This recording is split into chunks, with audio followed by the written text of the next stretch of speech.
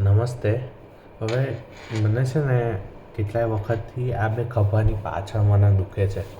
મેં મુંબઈમાં એક ફોટો પાડેલો પક્ષીનો દરિયામાં જે હોય છે ને, તો એમાં એવું લખેલું, મેં કીધું બહુ થાય મને ઈર્ષ્યા તારી, લે પૈસાને આપ પાંખ તારી, એવું મેં લખેલું. એટલે અત્યારે એ ખભા દુખે છે, એટલે મારે છે ને આ વિડીયો મૂકવો પડે એમ છે કે જોવું કે શું થાય છે, ચેક કરવાને. આની હવે જરૂર બી છે, કેમ કે હું કેટલા વખતથી કમાયો નથી. એટલે જે બધા કહે છે કે ભાઈ આત્મનિર્ભર થવાનું, તો એ હું થવા ઈચ્છું છું, પણ મને કોઈએ મદદ કરવી પડશે. આ વિડીયો મૂકું છું જેના કરતાં ત્યાં અઝીમ પ્રેમજી આવ્યા હતા નરેન્દ્ર મોદીની ઓફિસ પર, જ્યારે હું આના માટે ગયો હતો પહેલી વાર. ત્યારે એ કરવું હોય એમણે, કારણ કે બીજો કોઈએ કરવી હોય તો એમણે મદદ, કેમ કે પહેલાં આવીને ઊભા રહ્યા હતા, તો બીજા કોઈ મદદ કરવી હોય તો બીજા કોઈએ જેને કરવી હોય, મને નથી ખબર. એ તમારે બધા સાથે મળીને કરવું હોય તો એ તો વધારે સૌથી સારું. દુનિયા આખી એક સાથે મળીને આના પર કામ કરે, દરેક જણ ઇન્વેસ્ટ કરે, દરેકનો પોતાનો, દરેક મોટી કંપનીનો શેર, દર મોટી કંપનીના શેર હોય એનામાં, તો સૌથી વધારે સારું. જેમ જીઓમાં કર્યું છે એવી રીતે આમાં પણ બધા મોટી કંપનીના શેર્સ, બધા મોટી કંપની આમાં શેર્સ ખરીદે તો વધારે સારું. તો જલ્દી ગ્રો કરે અને જલ્દી રિઝલ્ટ બી મળે. તો કીટેપ કરીને કર્યું હતું, તો એ થઈ શકે. એમાં બેઝિકલી કેવું છે કે એમાં દરેક એજ્યુકેશનલ એપ્સ હોય. ધારો કે ફિઝિક્સ વલ્લા છે, પછી બીજા કોઈ એપ્લિકેશન્સ છે, યુડેમી બી છે, અનએકેડેમી છે, ક્રોસેલા છે. તો એ બધી એપ્લિકેશન્સ એમાં અવેલેબલ હોય. બાળકને જે યુઝ કરવી હોય કે એના પેરેન્ટ્સને કઈ કિફાયતી છે એના પર બી એ લોકો ચેક કરે અને આપે તો બી ચાલે કે ભાઈ આ કિફાયતી છે, તો હું આ યુઝ કરું મારા છોકરા માટે. ઇવન સ્કૂલ્સ પણ પોતાના, ધારો કે ઓફલાઈન બધા ક્લાસરૂમમાં આવતા હોય છે, ધારો કે 50 છોકરા ક્લાસરૂમમાં મોડાવી શકાય છે, પણ એમને એડમિશન એનાથી વધારે આવે છે, તો ઘણા લોકો કહે કે ઓનલાઈન અમે ભણીશું. તો એ ઓનલાઈન ત્યાં કોર્સ, ત્યાં ટીચર ભણાવતા હોય છોકરાઓને, તો ત્યાં વિડીયો ચાલતો હોય તો એ ઘરે ભણી શકે. અને ઘરે ભણીને એ ખાલી એક્ઝામ આપવા ચાલી જાય એ સ્કૂલમાં એક્ઝામ ટાઈમે, તો એવું બી બની શકે, એવું બી કરાય. તો બી એને ક્વોલિટી ઓફ એજ્યુકેશન મળી શકે. ધારો કે તમે એ સ્કૂલ એવું કહેતી હોય કે મારે 100 ગરીબ છોકરાઓને પણ ભણાવવા છે, તો ગરીબ છોકરાઓને ખાલી તેમણે ટેબ્લેટ જ આપવાનું રહે કે સ્ક્રીન પ્રોવાઈડ કરવાનું રહે. એપ્લિકેશન હોય, કીટેપ જોડે કનેક્ટ કરીને ધારો કે શું કહેવાય યાર, પ્રોજેક્ટરમાં કનેક્ટ કરી દે અને એ સ્ક્રીન પર ચાલુ કરી દે, અને ત્યાં બધા છોકરાઓ બેસીને ભણતા થઈ જાય, જેમ ટીચર ભણાવતા હોય એમ. તો કેટલો બધો ફાયદો થાય એમને, ક્વોલિટી એજ્યુકેશન બી મળે અને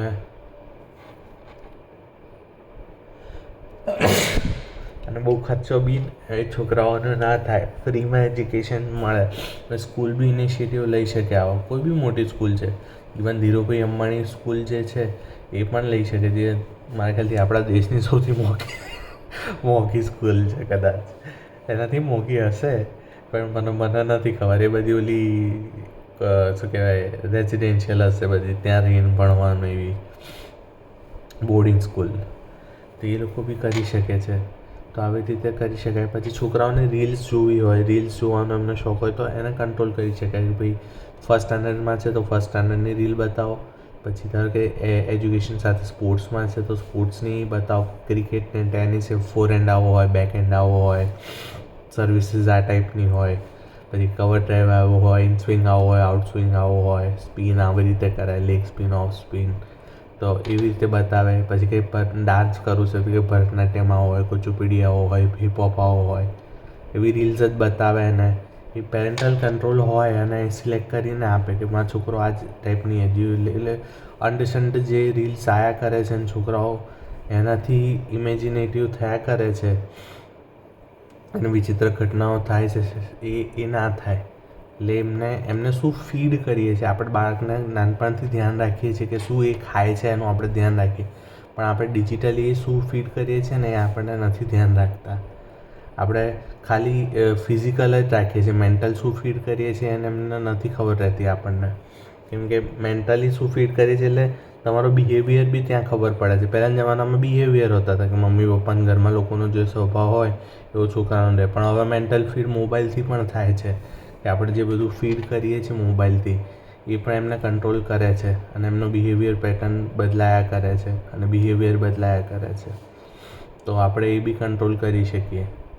તો એટલી જ રીલ્સ એમને દેખાય. ધારો કે 7th સ્ટાન્ડર્ડમાં જેમાં સાયન્સમાં કંઈક આવતું હોય, વિજ્ઞાનમાં કંઈક આવતું હોય કે આ એક્સપેરિમેન્ટ કરી જુઓ, આ એક્સપેરિમેન્ટ કરી જુઓ, તો એમને એનો વિડીયો દેખાડવામાં આવે. જ્યારે રીલ ફેરવે ત્યારે એને ઇવન ચેપ્ટર વાઇઝ બી હોય કે આજે તારે આની એક્ઝામ છે, ધારો કે તારે આજે આ ભણાયા છે, તો એને પેરેન્ટ્સ આવે કરે ત્યારે કંટ્રોલ ટેબમાંથી કરે, કાં તો ટીચર એમને કહે કે તમે આ કરો, સિલેક્ટ કરો અને આ ટેપ કરો. એટલે તમને એ સબ્જેક્ટની રીલ્સ જોવા મળશે. સાથે સાથે જે સ્પોર્ટ્સમાં હોય કે જે આર્ટમાં હોય એની દેખાડે. આર્ટ ના હોય તો સાહિત્ય કલ્ચરમાં ઇન્ટરેસ્ટ હોય છોકરાને. ધારો કે BA કરે છે કે 11th-12thમાં આર્ટ્સ લીધું છે તો એની દેખાડે. કોમર્સ લીધું છે તો ઇકોનોમિક ગ્રોથ કઈ રીતે થાય છે, વર્લ્ડ કઈ રીતે રન કરે છે, એ બધું એને બતાવવામાં આવે. જો પહેલેથી એને ગ્રૂમ કરવામાં આવે એ રીતે તો, અને એ બી કેવું ફ્રી હેન્ડ આપીને. આમાં કેવું છે કે એને એવું ના ખબર પડે કે આ મારા પર કંટ્રોલ થઈ રહ્યો છે, પણ એક પ્રકારનો કંટ્રોલ બી છે અને એને ગ્રૂમ બી કરવામાં આવે છે. વિધાઉટ કેવું છે control, without any control we can control the people who are future of our country or world. એટલે આપણે એ રીતે ગોઠવી શકીએ છીએ. બીજું કે એજ્યુકેશન બધાને મળી રહે એનો પર્પઝ તરત જ પૂરો થઈ શકે એમ છે. જેટલાને પણ એજ્યુકેશન જોઈએ છે બધાને એજ્યુકેટ કરી શકાય. નાના બાળક, મેં કીધું ને સ્કૂલની પણ એપ્લિકેશન હોય, બધાની એપ્લિકેશન્સ હોય, એટલે જે ડાઉનલોડ કરવી હોય કરવાની. આમાં કેવું છે ભાઈ ખોટું કશું નહીં. ગેમ્સ બી એજ્યુકેશનલ ગેમ્સ હોય કે આ મૂકો એટલે આ થાય ને 1+1 શું થાય, એવી રીતના બધી ગેમ્સ હોય, રેકોર્ડ હોય. યુટ્યુબ કિડ્સ બી આવે છે, પણ યુટ્યુબ કિડ્સમાં બી કંટ્રોલ હોય કે આ વસ્તુ જ દેખાય, બધી વસ્તુઓ ના દેખાય. તો આપણે એ રીતે યુઝ કરીએ તો પરિણામ મળી શકે. એટલે કીટેપ કરીને આખી દુનિયાના મોટી કંપનીઓ શેર્સ ખરીદે અને એજ્યુકેશન આપી શકાય એવું કંઈક કરીએ.